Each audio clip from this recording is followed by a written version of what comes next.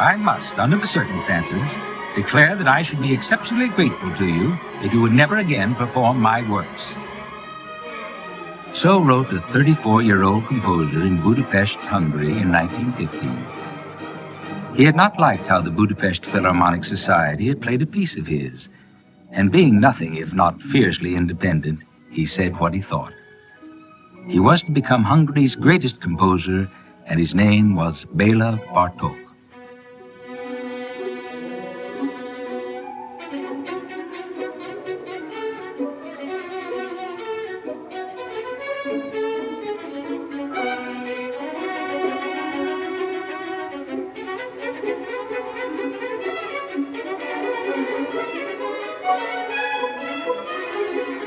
He was born in a little town of the old Austro-Hungarian Empire on March 25, 1881.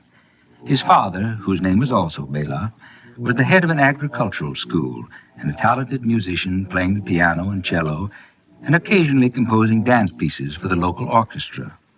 His mother, Paula, was a piano teacher and guided her gifted son through his first years at the piano.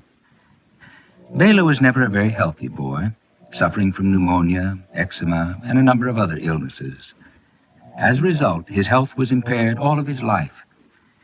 When his mother would play little tunes on the piano, Béla, at the age of 18 months, would shake his head at his mother until she would play his favorite.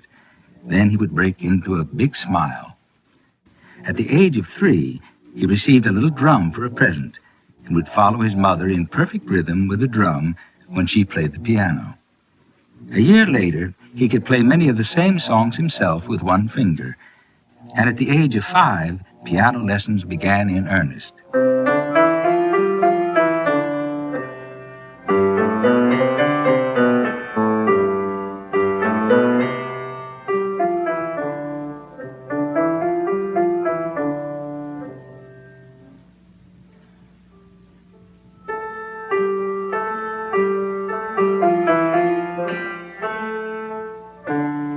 When he was 7 years of age, his father died suddenly, and Paula Bartok had to support Béla and his younger sister, Erzsébet.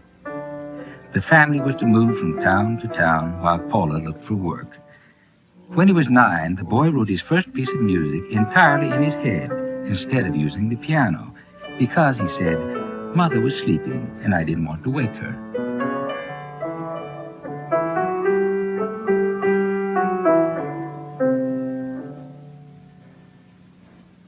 Soon Bartok went to high school. Perhaps he didn't like the school too much, or perhaps he had been ill, for at one time he almost failed arithmetic and geography, and his mother withdrew him. At a concert on May 1st, 1892, the name of Béla Bartok was listed for the first time. The 11-year-old boy played a program that included this movement from the Beethoven Waldstein Sonata, not an easy piece, as you can hear.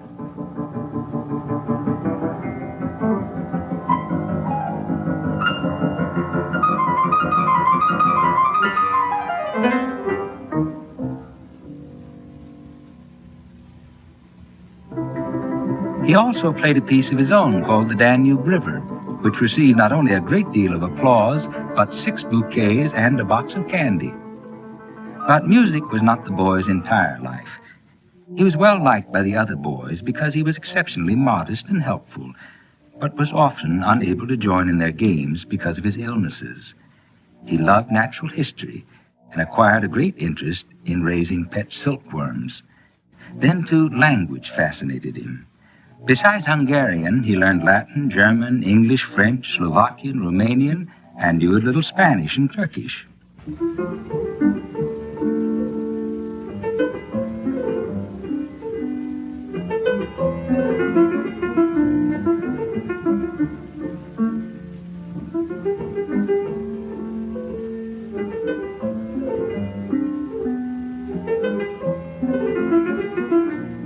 The family was living in the lovely city of Pozsony now, and Bartok was studying piano and harmony with a fine teacher, László Erkel, the son of Hungary's greatest opera composer. He was back in high school, and to his mother's joy, graduated with honors. His music studies continued, of course.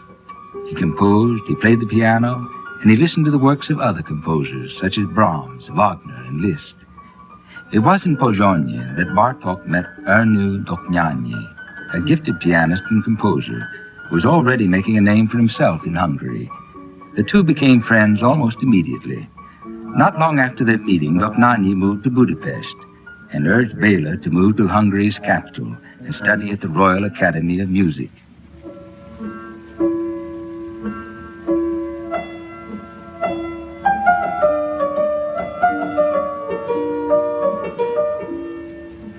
Bartok was admitted to the academy without an examination, but became seriously ill again, and his entry to the school had to be postponed. Even flat on his back in bed, Bartok insisted on studying. Finally, he felt well enough to go to school, but after a few months, illness struck again, and he was advised by a well-meaning professor at the academy to give up music as a career, as he simply did not have a constitution hardy enough for the study of music. Fortunately, Bartok paid no attention. Back again at the school, he was able to hear such great artists as Jan Kubelik play the violin and Teresa Carreño the piano. He heard many operas, played in many chamber music groups, and generally absorbed music like a sponge absorbs water.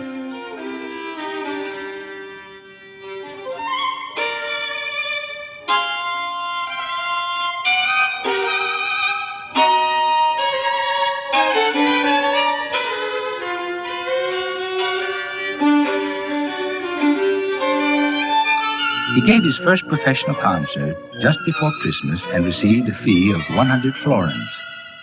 Bartok kept the fee to himself, and it wasn't until Christmas morning that Paula Bartok opened a little purse that Béla had given her and found the money.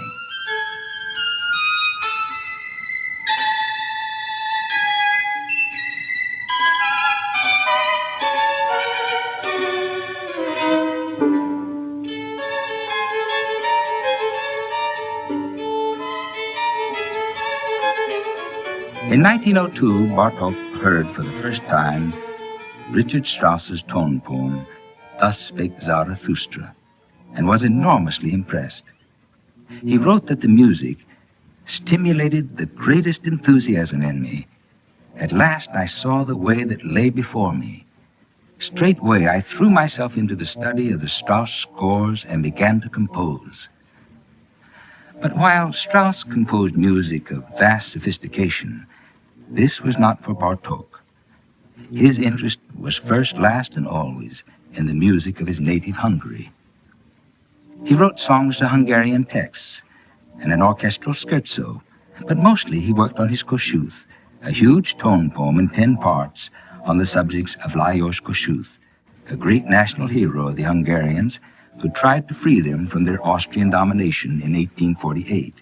He played a very difficult program in Vienna and was very well received critically. And he finished his courses at the academy, from which he was duly graduated.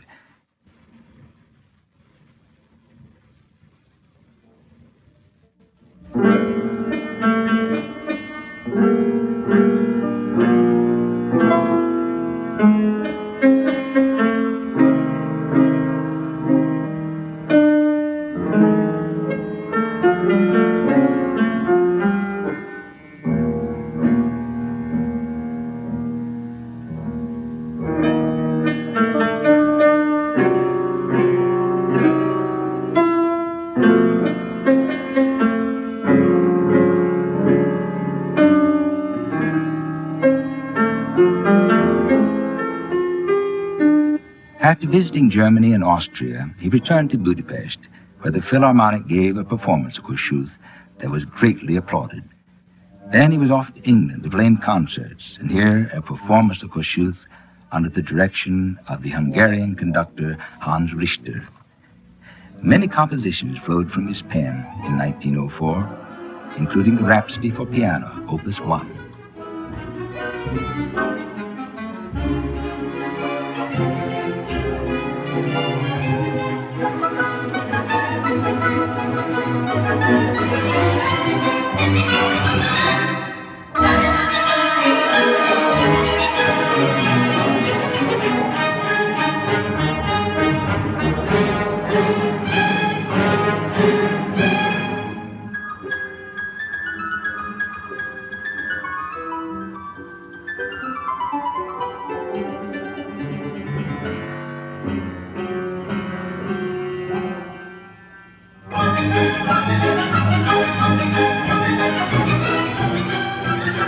was also in 1904 that Bartok began to become really acquainted with Hungarian folk music through the singing of a young girl, Lady Dosho.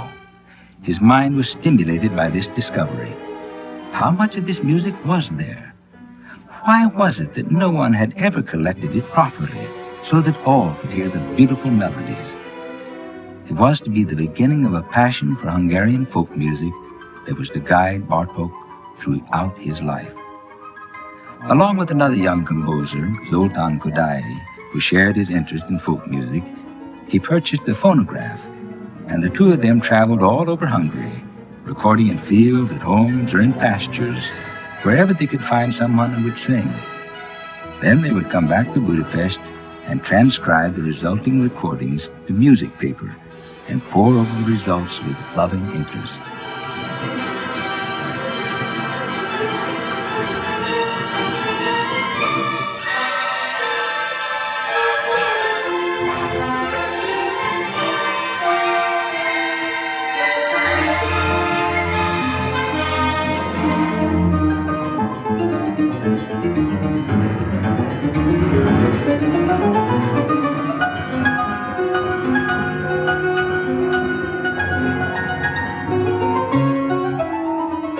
In 1906, Bartok published the first results of his pioneer collecting project, a set of 20 Hungarian folk songs.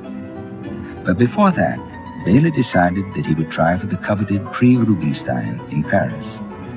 This prize, named for the great Russian pianist, was given to a composer and to a pianist. Characteristically, Bartok decided to enter himself in both contests.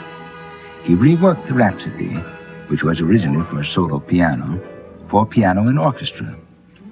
His program for the piano competition also had to be carefully prepared. Finally, Bartok set out for Paris in August. Sadly enough, he was disappointed. He hardly minded losing the piano contest to Wilhelm Backhaus, who he wrote played beautifully, but he was incensed that the composing prize was not awarded to anyone at all. He did get a second-place certificate, the first being given to somebody called Attilio Bugnoli.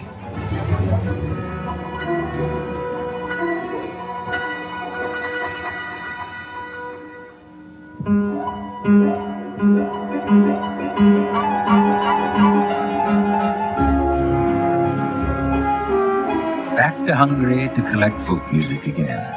More traveling and more composing. He found that his unique collection of recorded and documented folk songs was all but ignored, and it was becoming increasingly difficult to obtain performances. He found then, as he was to find later, that the Hungarian public, as much as he loved them, just would not accept really radically new music. Still, he had some luck, succeeding his own teacher as head of the master piano classes at the academy. One of the pupils was Marta Ziegler, a 14-year-old girl who he was later to marry. Compositions during that time included his only opera, Bluebeard's Castle, the 14 bagatelles for piano, Opus 6, the first of his 6 quartets, and a set of pieces based on Hungarian and Slovakian folk songs called For Children. These little pieces were written by Bartok to help children learn to play the piano. We will hear one of them now, played and announced by the composer himself. A gyermekeknek című zongoradarabokból 5 szám.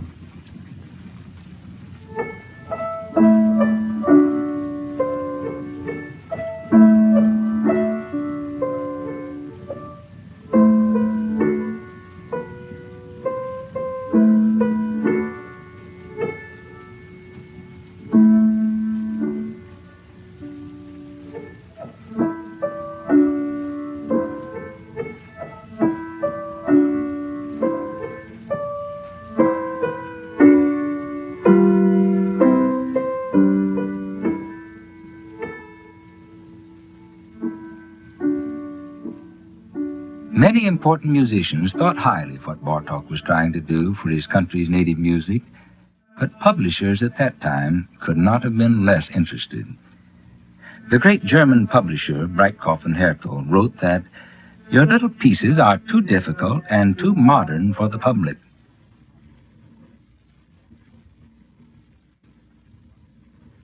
Finally, Bartok got a Hungarian firm to publish some of his piano music as well as the first quartet. This fine work had to wait 2 years until a group was founded from Bartok's own young friends who were brave enough to play the then very difficult music.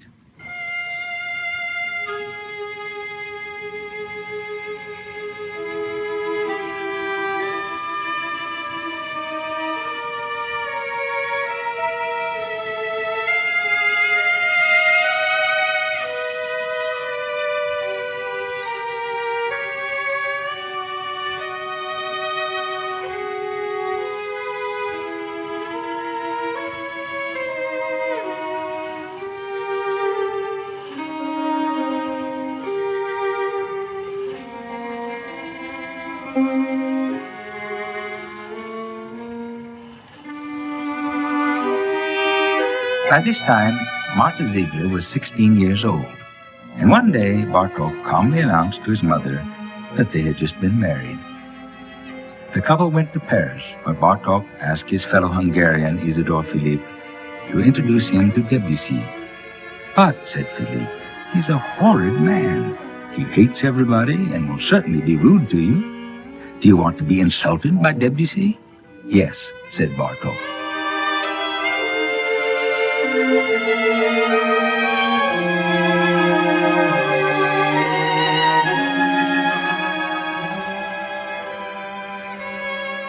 A son was born to the couple in 1910 and was named for his father. Bartok was in good spirits and, for a change, good health, so that he composed a great deal of music, including the Allegro Barbaro.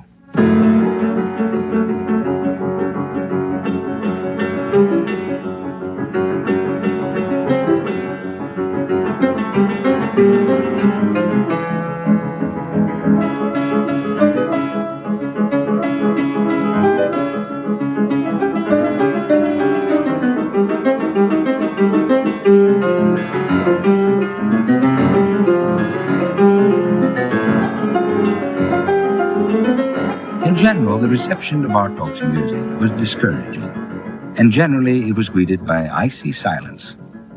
Embittered by this attitude, Bartok withdrew from musical performance and composition.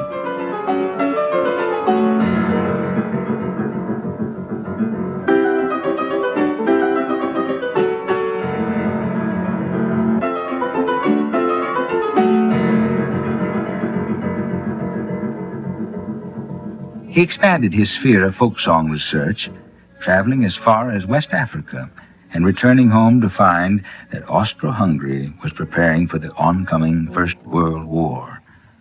Nothing kept him from collecting his beloved Hungarian folk tunes, however. He lived in the mountains and in the villages and farms of the peasants, eating their rough food and enjoying himself thoroughly.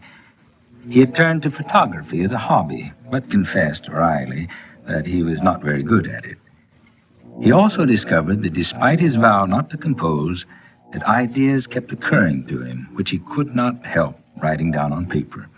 And very good ideas they were, too. A suite for solo piano, the second string quartet, and a score for a ballet to be called The Wooden Prince.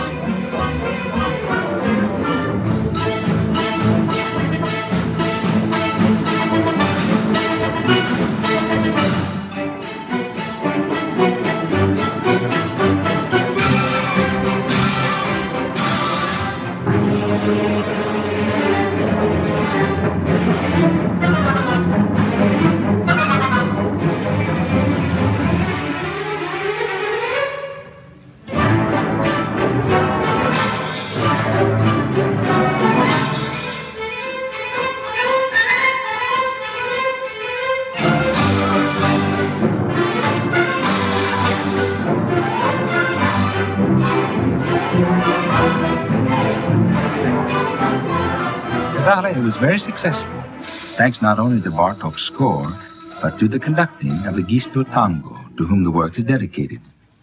Finally, after a delay of 7 years, and again thanks to Egisto Tango, Bluebeard's Castle was finally performed for the first time in Budapest. The second quartet also had its first performance, and while the reviews were not exactly raves, Bartok had learned to take them in stride. The important thing was to be heard. From all of these performances came an important association with the publisher, Universal Edition in Vienna, who were to publish many of Bartok's works.